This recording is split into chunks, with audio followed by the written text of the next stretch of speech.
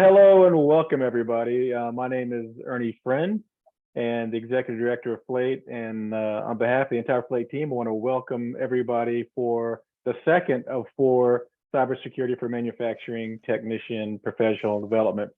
This webinar is facilitated by Dr. Ron Eaglin, which we will introduce here as soon as I show a few slides. Next, please.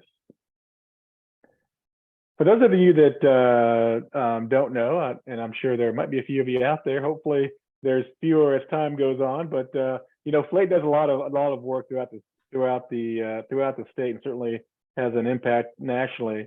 But some of the things that Flate focuses on is curriculum reform and development, outreach and student recruitment, professional development for educators, which is an example of that is what we're doing today, and technician education outreach. So some really exciting things that we help the educational community on. These are some of the colleges that we work with, you know, across the state. We also work with technical schools and high schools as well. So our goal is to increase the awareness and of careers in manufacturing, but certainly try to get more people interested in those careers that would lead to, you know, some great jobs in manufacturing. So some of the activities that Flate does, we do outreach activities. We visit a lot of you know, conferences. We go to do some speed networking events. We host the Flate Manufacturing Educator Awards, which is a great program, recognizing some of the best talent in Florida from the educator standpoint. We also have the ET Forum, which is an incredible event that brings all the schools together twice a year to meet and talk about issues and challenges and solutions. We also have a mentor program, and our latest resource is the data dashboard. So you can go to manufacturingmattersfl.org, or you can get to it off the Flate website, flate.org. Thank you, Danielle. Danielle posted the link in the chat. So some of the Flate webinars that are coming up, March 22nd, well, that's Cybersecurity for Manufacturing #3, so that's 3 of 4. On March 24th, Robots for AI, another professional development. April 18th, Creating Videos Using Classroom Projects. April 26th, How to Increase Student Diversity. May 10th is Cybersecurity in Manufacturing.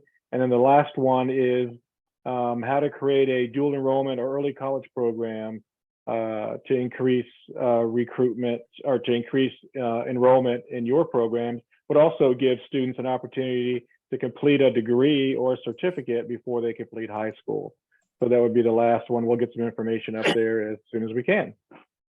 Next slide, please. Oh, thanks, Danielle. To register for these events, Danielle put the link in the chat. Other upcoming events, March 9th, we've got Mechatronics 101 for educators. There's 2 slots remaining. I believe you can still register for that at the Flate website. Am I right on that? Still on the Flate website? Okay. March 30th is and the 31st is the Spring ET Forum. So really excited about that. If you haven't registered already and you're an educator, please do so. April 21st is FANUC Robot Day, and that's down at the College of Central Florida. And then June 12th through the 16th is the Flate Summer Teacher Institute. So more information can be found on the Flate website. So here's some of the resources that Flate has built over the last 20 years, and they're incredible, you know, incredible resources.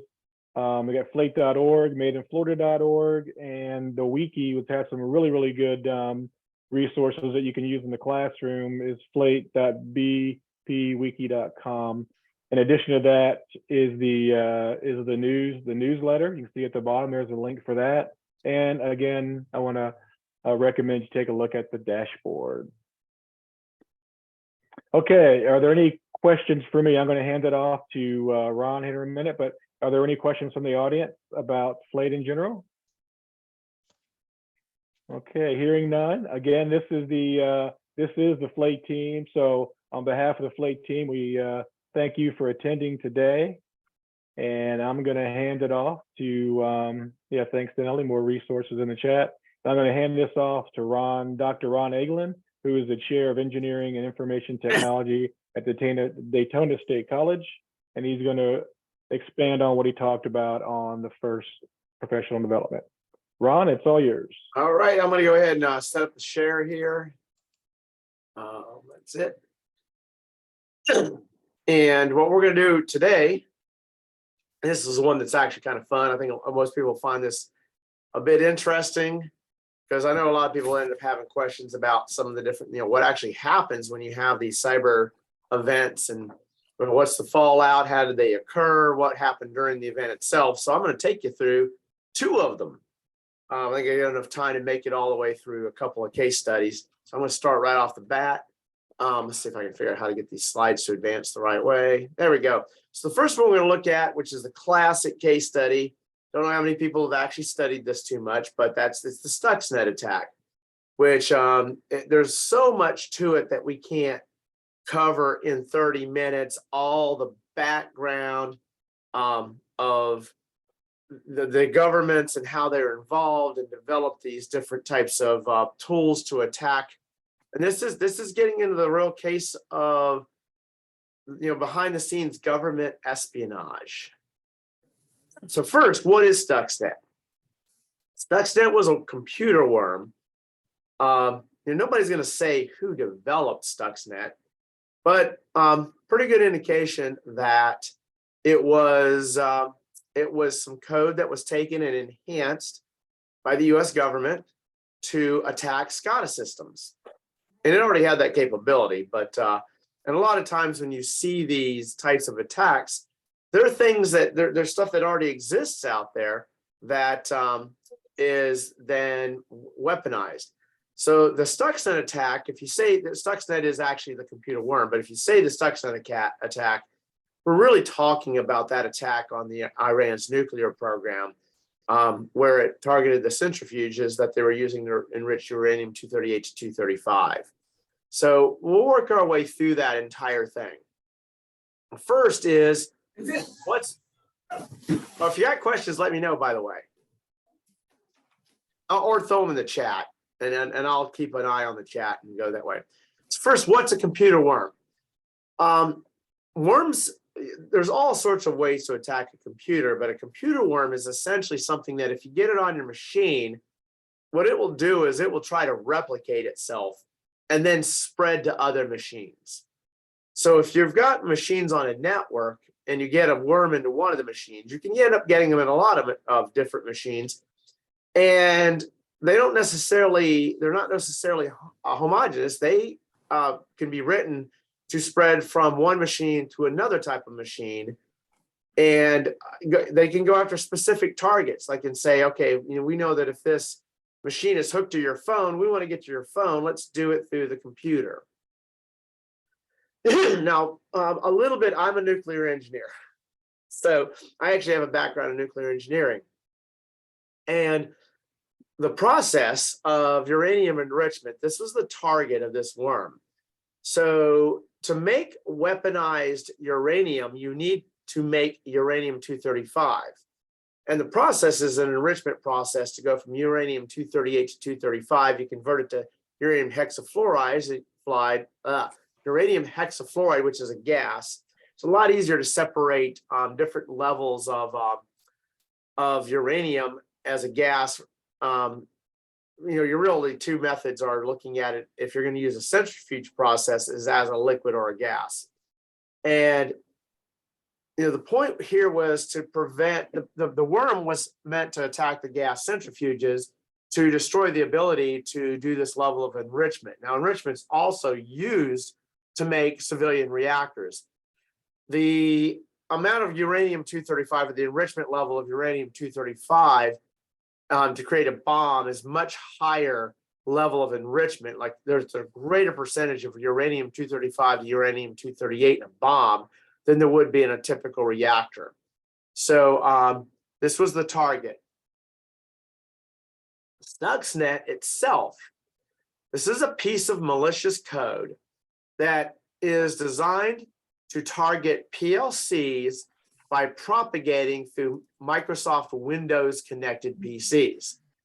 And the Stuxnet attack in Iran was specifically targeted to the S7, the Siemens S7 TLC, which coincidentally was the one that was used to control the centrifuges at the Iran nuclear enrichment site.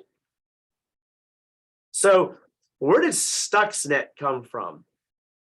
There was an operation, and then the goal name of the operation was Olympic Games.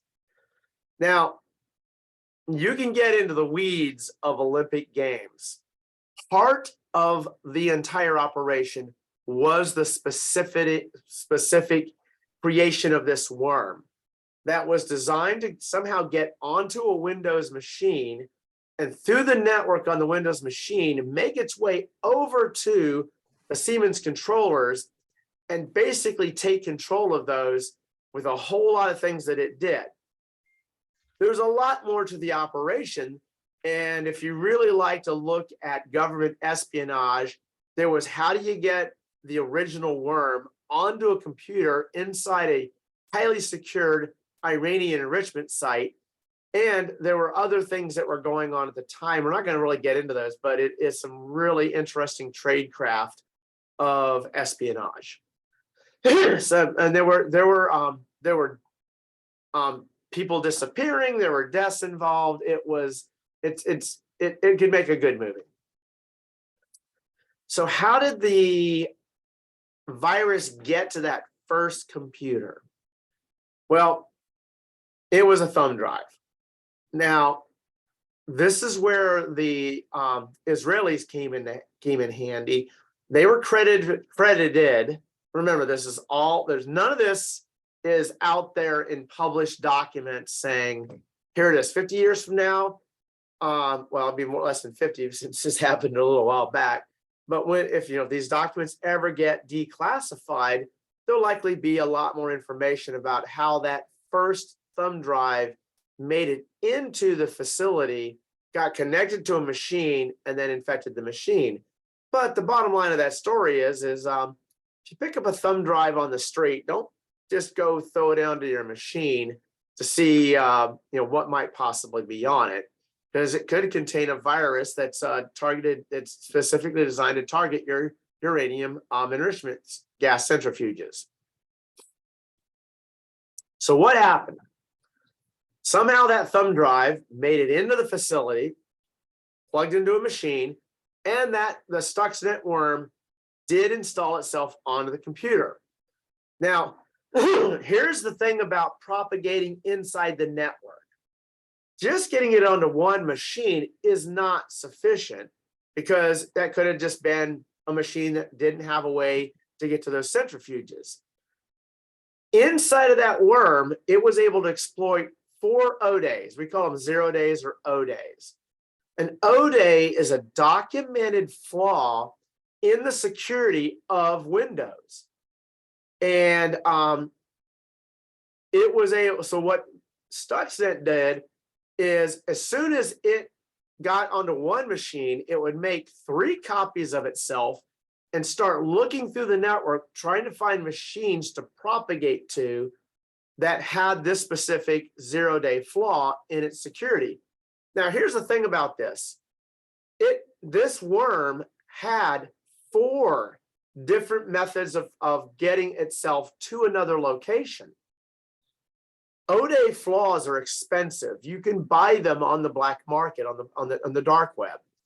And there's an entire market in these things. So when people find O-day flaws, some people are good hackers. They immediately report it to the company that has the flaws. And if you did go to the workshop that we had, they actually showed the database of all these types of flaws that have been documented.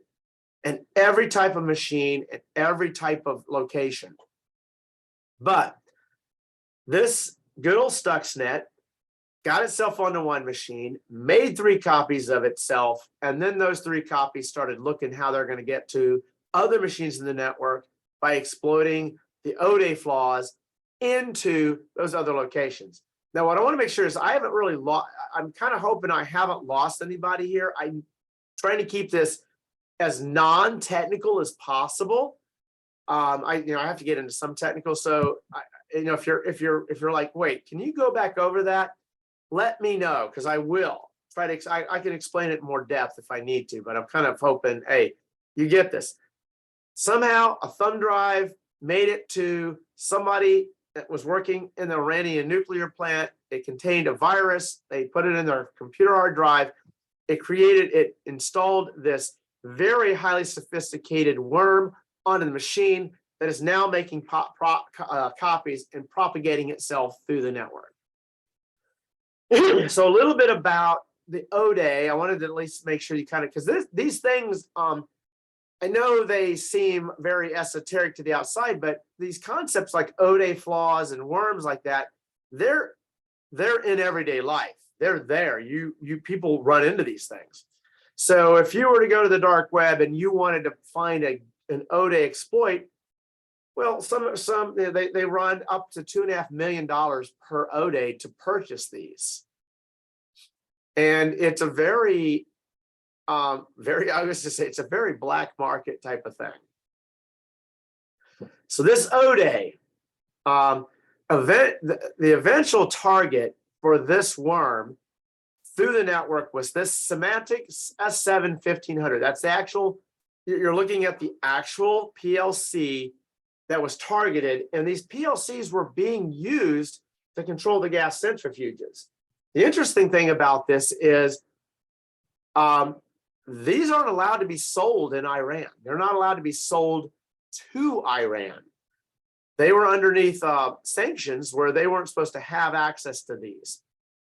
But how did they get these? Well, that's also an interesting part of the tradecraft. They could have just bought them on the black market, but the speculation was that somehow, knowing that you've got a worm that can attack a Symantec S7, and knowing that somehow those got sold to Iran through the black market, you can see that there was more than one thing going on at once in this entire attack. Now, how this works, I'm really not going to get into a rootkit other than what it does. A rootkit lets you, if I could get a rootkit onto your machine, which is basically a piece of software, I can control your machine. But I can also control your machine without you even knowing that I'm controlling your machine. Now, there are ways to know if your machine starts doing things that you're like, wait, that machine, I didn't tell my machine to do that. Now, things happen on your computer all the time that you don't know. That is like, why am I getting these messages? So a lot of people don't really take stock into, oh, did somebody hack into my machine and that's why it's doing these specific things? Or is it just something that's normal that the machine does? Now, a beauty of a rootkit is I can not only control your machine, I can tell your machine to look like nobody's controlling it, because I've got access at the root level to your machine. So what happened? The software that Stuxnet gets into the Windows machines, goes over to the Symantec. Now that it's installed, it's giving commands to the gas centrifuges, which are being controlled by the, which was being controlled by the PLC. Now, it was only attacking specific gas centrifuges that have variable frequency drives made by 2 companies.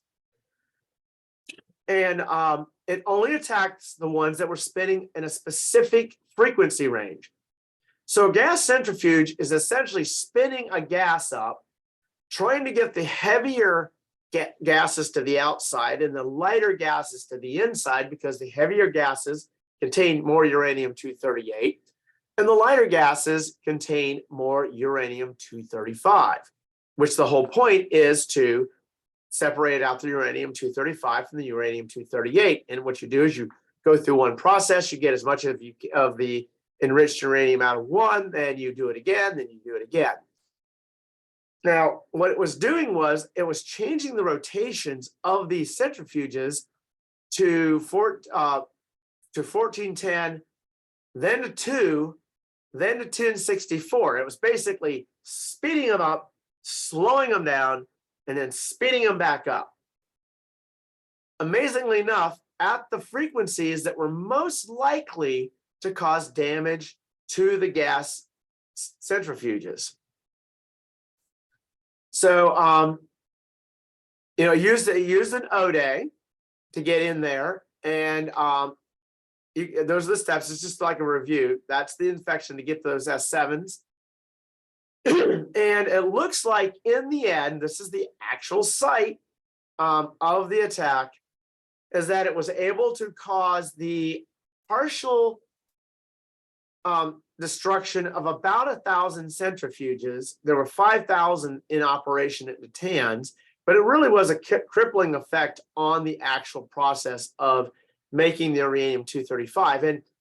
And again, remember, this isn't stuff that was wrote into some white paper. This is all background information that was gleaned from many people going through what was happening and figuring out what had to have occurred there and what effect it did have. But it did destroy, basically made about 1,000 centrifuges non-operational. Well, remember the slide where I said it was speeding up and slowing down and speeding up? Nobody noticed that, because what it did also was it made it look like in the interface to the gas centrifuge that the users were looking at, that nothing was going on. They were just spinning at their normal speeds. And until they started smoking, that is speculation, but we can know what will happen to a gas centrifuge when you do this, because we take a gas centrifuge and try to replicate what the worm did. So we're pretty much sure that until they started smoking, nobody noticed that any of this was going on. So the one thing about the Stuxnet, however, was that it was a little bit more prolific than just hitting the Iranian nuclear facility. It actually did get out into I guess you call the general computer population. Iran was the primary place where it did have problems, but you never can know when somebody's got a bug who they're going to share it with. And it's the same thing with this type of computer virus. It did get out and it did infect. In fact, it got into some computers that were in the United States that it made its way over here. So that, I'm going to stop right there. That is the real lowdown of all the information on the Stuxnet. I really do like these case studies because they are, one, fascinating when you start reading into it. And there are there's one and there's more on the way, documentaries that are being filmed about this one specifically. Again, a lot of speculation about what occurred. But I hope you guys, this is only one of two. I'm going to go through the second case study, which is a totally different type of thing. But I'm kind of hoping everybody enjoyed at least seeing how I really enjoyed researching this in depth. Now, the Colonial Pipeline ransomware attack. You guys might remember this one because it just occurred. Remember, gas kind of got scarce for a little while a couple of years ago, and guess what? That was the Colonial Pipeline ransomware attack. So we'll go through and actually go through what happened in that case, in that one. This is a different type of attack altogether. Back in Stuxnet, we were looking at a worm. Well, in this case, this is ransomware. And this is the one that, if you're going to be afraid of any type of computer virus getting onto you, this is the one to be afraid of. This is where somebody gets into your computer and then encrypts or makes all the data on your computer unusable to you. And this is, when you look at why people hack, you got to look at the motivations. There is state-sponsored hacking. You just saw that. This is something totally different. This is a group of people wanting to make money by hacking into companies, grabbing their data, and saying, we're either going to release all your data, but we've also gone into your computers and encrypted it all, and you're not going to have access to your data until you pay us. This is ransomware. So when did this occur? Remember I said it was just a couple of years back. So May 7th, 2021, Colonial Pipeline, and this is a part of a large pipeline network that moves gasoline and natural gas through the Southeast. That was when we first started to see this actual ransomware attack. And when we say that it impacted the computerized equipment managing the pipeline, we really do mean that. It was the equipment managing the pipeline, but it wasn't really managing the flow or anything directly connected to the pipeline itself. Now, at the time, we didn't really know this. The day before that the actual attack was discovered, the group had gotten into the servers at Colonial Pipeline, and they had taken out about 100 gigabytes of data that they had downloaded. Now, what was actually in this data, we don't know because they never did release the data. The people that work at Colonial Pipeline knew what was in the data, but they did discover that they had been hacked and that there had been a download of corporate information. Now, on May 7th, the actual attack attacked the billing system for Colonial Pipeline. So essentially what it did was it stopped all capability of billing anybody associated with the pipeline. So here's the thing. If you deliver gas to somebody or you deliver natural gas, whatever it is, you want to be able to know who you delivered it to and be able to invoice and bill them for that. Otherwise, you're just giving it to them for free. Well, they couldn't do any of this. It was shut down. They didn't have that. Now, the pipeline itself was still completely operational. However, they didn't know that. So once you have your systems getting hacked into, they went ahead and shut down all pipeline operations because they didn't know if that ransomware was going to actually transfer from the billing systems into the pipeline systems. Not to mention that they didn't have any capability of doing billing during that period of time because they didn't even have access to the old records. It's basically, you've now got access, most of everybody here works off of a management system like we're in PeopleSoft here. Well, that stuff was shut down, couldn't do anything. On May 7th, they contacted the FBI. The ransomware was 75 Bitcoin, worth $4.4 million. And they paid it. They paid it with the help of the FBI. Now, this is the payment of, especially looking at the amount of money that you're talking to, the payment is not a trivial task into itself. If you were to be individually hacked, your payment, and somebody was to go ahead and ransomware your computer, you're probably looking at about a $500 payment. They're not going to ask you for $1 million because you just say, my data's not worth $1 million, and that can happen. That does happen. But the group that did this was looking specifically to make money by setting up ransomware attacks. And they had done many of these. This was just the biggest one that they had. So the perpetrator, which is a group called DarkSide, which we do believe operates out of Russia, they paid the ransom, and DarkSide did give the decryption tool to Colonial Pipeline so they could actually decrypt the encrypted data. However, that did not work very well. The tool itself was poorly written piece of software. They spend a lot of effort writing your ransomware, but the decryption tool was so slow that what they did is they just took down the system and used their standard continuity plan. All of you should have a continuity plan. A business continuity plan basically says, hey, if somebody comes in and wipes out our computers, we got backups. Let's just restore the system back to its regular case.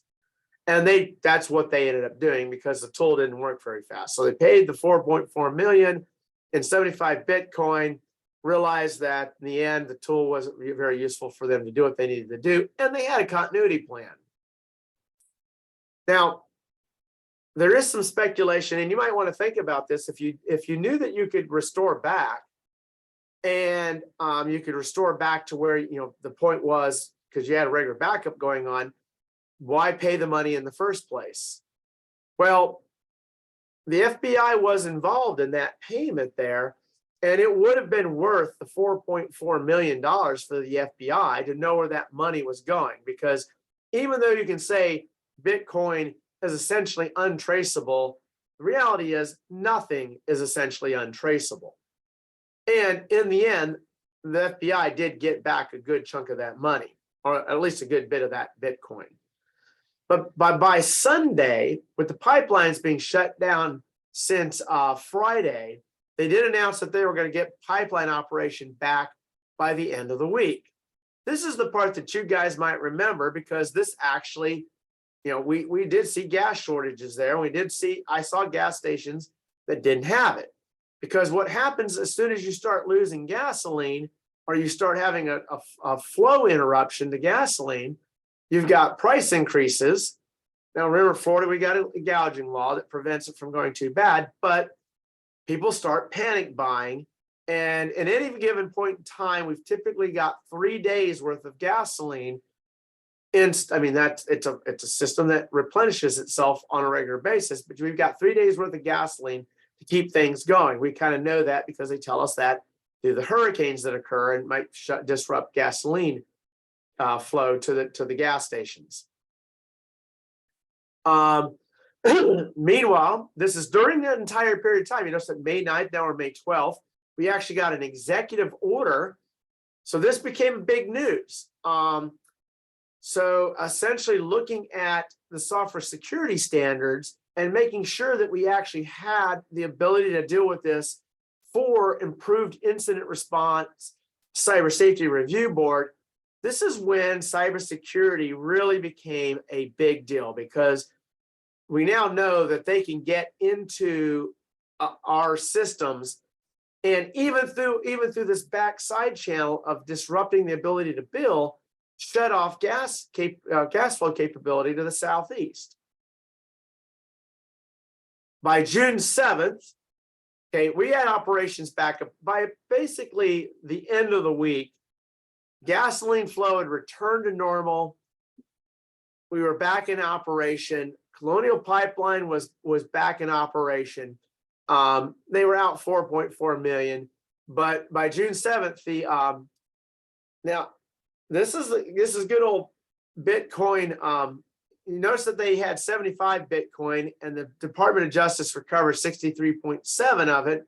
So 2.3 million of the 4.4. And yes, the math does not add up, but that's Bitcoin mathematics, because anybody's ever tried to do any type of cyber currency, it's like having $1 that's worth $1 in the morning, 5 cents in the afternoon, and then $2 in the evening. It's just how that works. However, if you know who the people that were involved in DarkSide, which is $10 million award for information leading to the identification and location of those people that have leadership roles in DarkSide. I would say don't hold your breath on that. These guys, for one, there's a good reason why we believe that they're a Russian organization, and that's because the ransomware code was, which by of course once it was installed, we had access to that code, had specific instructions to not attack anything that was done in Russian language. So they either did not want to piss off the Russians, we're just going to put it that way, by attacking anything Russian. But the reality of it is that kind of was an indication. Of course, it could be a red herring, you never know. But that made us believe truly that the dark side was a Russian hacking group. Based in Eastern Europe, just a little bit about dark side. Now, dark sides are really interesting because they actually have an affiliate program that this is amazing business processes here. They have an affiliate program. What you do is you get the software from dark side. You can go on the dark web. I'm going to say, I want to be a ransomware hacker. Get the software from them, and then you pay them a percentage of your take from the ransomwares that you actually cause. So they're affiliated. There's a business with affiliates. It's McDonald's of hacking. So now moving on, DarkSide did say that they were going to stop the operations. They also essentially said that they were sorry, that they didn't mean to do anything that would cause major disruptions. They were a hacking group that goes in, exploits money illegally from people by shutting down their computer systems and taking payments for getting them back up. But they kind of, they tapped into an artery, not a vein this time. And the attention did cause them to shut down the affiliate program. Now, there is a good possibility that the leadership of DarkSide did start up other groups somewhere else are affiliated. It's the once a hacker, always a hacker mentality. But there's also a good possibility that many of them are just laying low and not doing anything. In the end, DarkSide did get, over the course of time, DarkSide did exploit over $90 million. So they were making money at this. Also, how did they originally get into Colonial Pipeline? Well, it's really widely believed that they got into the pipeline, got into the systems by a hacked password that was actually also bought off the dark web in a large password buy. So what I mean by that is that on the dark web, you can go out right now and buy, 5,000 social security numbers or 5,000 credit card numbers, or not always in increments of 5,000, or 5,000 usernames and passwords. They're actually out there in open market all the time for sale. And there's no guarantee that any of them work. No guarantee. There's the dark web. No guarantee that all that work. But if you go out and buy 5,000 usernames and passwords, then what you do is you just essentially start trying them out. That's the whole concept of the affiliate program. All that grunt work is done by people that are actually not sitting there and doing this. However, I did just on Wednesday go after a hacking group that was actually on Facebook making individual passwords by hand. And we're still working on that one, where they're not using a computer program to create the login names and passwords. But on Facebook, by my estimate, they're making about 30 fake Facebook accounts a day, but manually making them, which is a lot of work, and then using them to try to go in and spam different groups. So I get to see a lot of this. In this case, you can kind of get an idea of how that whole program works. In the end, Colonial Pipeline got back up to operation. There were some things that happened during this. The one of which was that the Department of Homeland Security wasn't alerted to the ransomware attack itself. Now remember, the FBI on day one arranged for payment, but the Department of Homeland Security did not know what was going on with this whole thing and then found out it after the fact, which again kind of gets you back to the there were changes there, and I don't know what those internal changes were made, but it was very much siloed what was going on in this entire attack. And if you really want some information, the Wikipedia article on Colonial Pipeline, and to get into the real details, you've got to go into all those references, but it's a fantastic resource of references to all the ins and outs that actually occurred during that attack, because a lot of things were going on at that period of time. And again, I was only going to cover that which I could do in a span of about an hour. And if you're a member of IEEE, there's a lot more in the IEEE story about the real story of Stuxnet. I, for this, went into about 35 different sources and went backwards to go through all the things that were going on, and really had these are, and I've studied a lot of different types of attacks, but these were I found interesting. But they're also a good study in saying, okay, all that standard hygiene stuff that you hear about at the organizational level about to staying safe for cyber attacks really does make sense, because in any organization, you're only as strong as the weakest link. So that's, that whole getting security in place through an organization from your company's as an organizational mandate, something that you do, learn about what these attacks are and make sure everybody is safe against them. So I'm going to go back to me. And now I think I wanted to leave myself enough time for questions. So fire away. Oh, come on, there's got to be questions. This stuff is fascinating. Yeah, hey, Rod. Yeah, it is pretty fascinating. I think a couple of questions. I think, for me, maybe a simple analogy could be, if your oven was internet enabled, right? And someone sort of, somehow got into your system and they were able to basically, if you were cooking something at 300, they could crank it up to 500 and burn whatever you're cooking, right? So I think an analogy we could, for the home, but also I think this is a good lesson, because as we train manufacturing technicians, don't rule out, if something's really weird, don't rule out that it could be some sort of attacks. If you're on the assembly line and your assembly line's doing something strange and you're doing some basic troubleshooting and it doesn't add up, certainly that may be something that you may want to consider. Well, always pay attention to things that,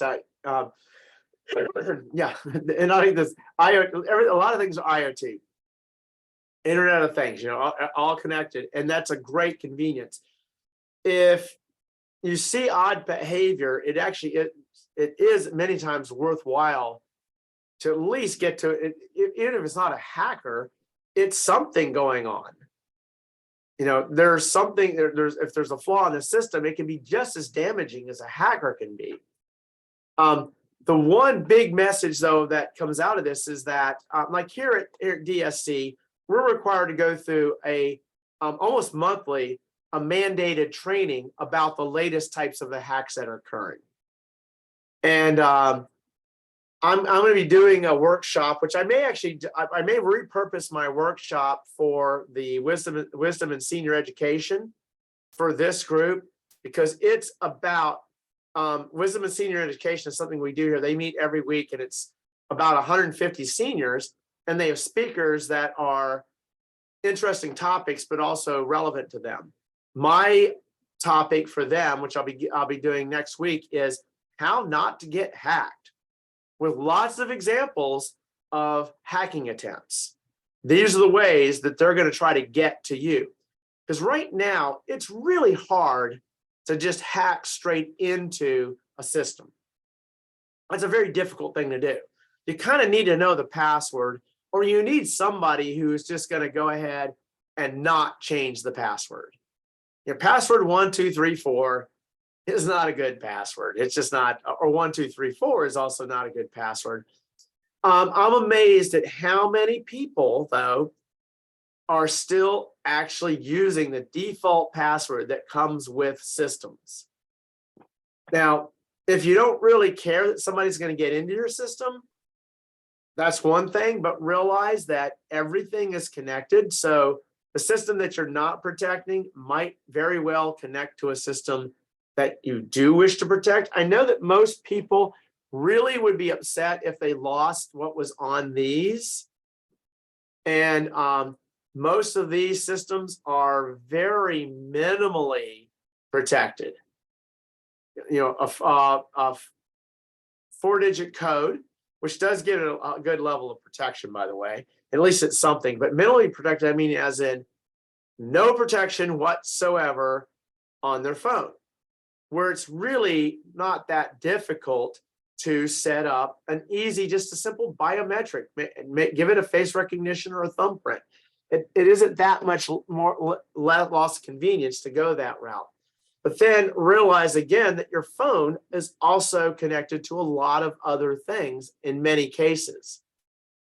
So, you know, if your iPhone and you like to airdrop stuff, well, there's always a way. I'm just saying, there's always a way to get so I call it computer hygiene is the big thing. The one that I'm going to be talking about and I think what will do is repurpose that because it does make a lot of sense for the manufacturers. The examples of different methods of spear phishing, which are incredible how well done hackers have gotten into the psychological manipulation to get you to open things that you know you shouldn't open or look at things you know you shouldn't look at. Those are a big deal. Yes, anybody else, if you have a question, you can take yourself off mute. Or throw it in the chat. Or in the chat, yeah. Yeah, we have a comment from Michael. It says, I mean, Michael, you can unmute if you want, but it says, I have seen BBQ grills now that are IoT. Yeah, don't burn my steak. Well, the Stuxnet equivalent would have been, let's turn the heat all the way down. Let's go up to 500. Let's go down. It's like, why is my steak frozen in the middle and charred roiled on the outside? Well, no, I was actually thinking more about, let's say, somebody that just cranked up the temperature full blast and actually caused a fire. Yeah, you could do that. Yeah.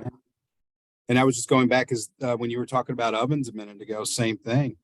You know, a lot of people don't watch things anymore, so they're going to walk away, and you know, next thing you know, the house is burning down. Yep.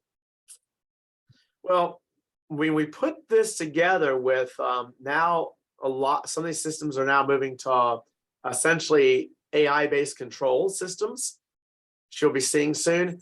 I know you guys, I live in a world where I'm like always trying to think 5 years ahead into the future. And that's one of my other workshops that I'm working on. It's not for one of them, but Ernie, if you ever come out and say, hey, you want to do the, the influences of AI in any industry, actually, because I do these for all industries. That is also some fascinating stuff where we're moving now with AI. And it's not, it's not like this is cybersecurity, this is AI. These are all computer systems. And think of it this way. You can say, okay, I want my steak to be perfect, put it on the grill, hit the button for perfect, and the system knows how to get it just right. But it's a computer system. It's hackable. Yeah, So, this is. go ahead, Louis. Hi. So I question/comment there. Basically, I'm really with the first example that you did here at in our manufacturing side. We are a manufacturing company here, medical device. And we can talk about medical devices and implantables and being connected, being a risk. We actually going through a lot of cybersecurity certifications now as we try in the future to have wearable products. So that's, we can sit down and talk about that and how we manufacture and the data and everything. But one of the things that we have done here was actually using machine learning to identify trends in our machines and keeping that trends as a heartbeat of the machine. So if something change, I will notice because the heartbeat is higher or lower or things like that. But now you're mentioning if you change the PLC and mimic that heartbeat, then I have no way to identify that somebody. So that scared a little bit of me that I need to go back, because that's it's a kind of like my fourth layer of security. Of course, I have the first couple of backups and system in place and training to the people. But we felt really confident that our machines, by knowing how they behave and what are normal, we will notice kind of like what can happen. So with all that story, my question is anything out there that has been talked about it on the AI or any technology on how to basically help manufacturers to continue being better? There's a lot. In fact, Ernie, when you're ready, just let me know, because that's an entire workshop series. But Louis, there's one thing that is worth looking at. The monitoring systems, if they're independent, redundant systems, which is how you actually get that level of knowing, the flaw in the design of the centrifuge system was there was just the Siemens and the centrifuge. There was not even human redundant, until the thing started smoking, which is what we're pretty much saying, is that they probably started smoking and somebody went in to investigate, and then they were probably scratching their head, is like, why is this centrifuge smoking? But had they had an independent monitoring system, again, remember, independent of those, they would have caught immediately that something was going on. But because the controller controlled the interface that they saw and the actual operation, that became a single point of failure, which, in any system, single point of failure means it's going to fail. Mm-hmm. Just that we made it fail. Yep. In this case. Excellent.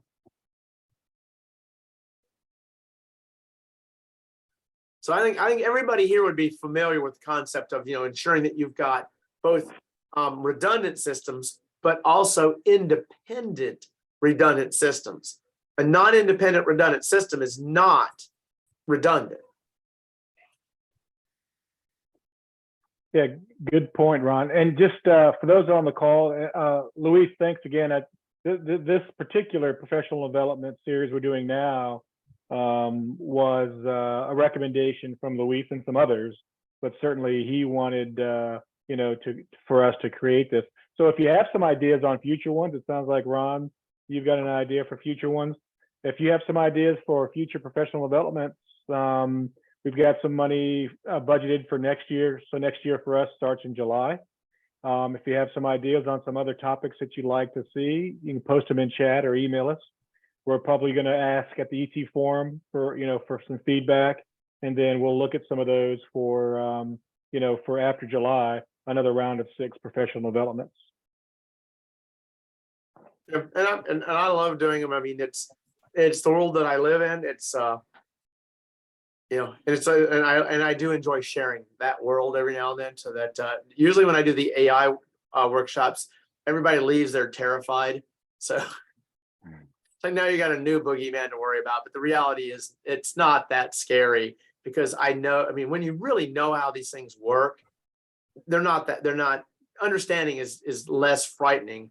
But what people see is the capabilities of them, which is tremendous. I mean, I got to give that.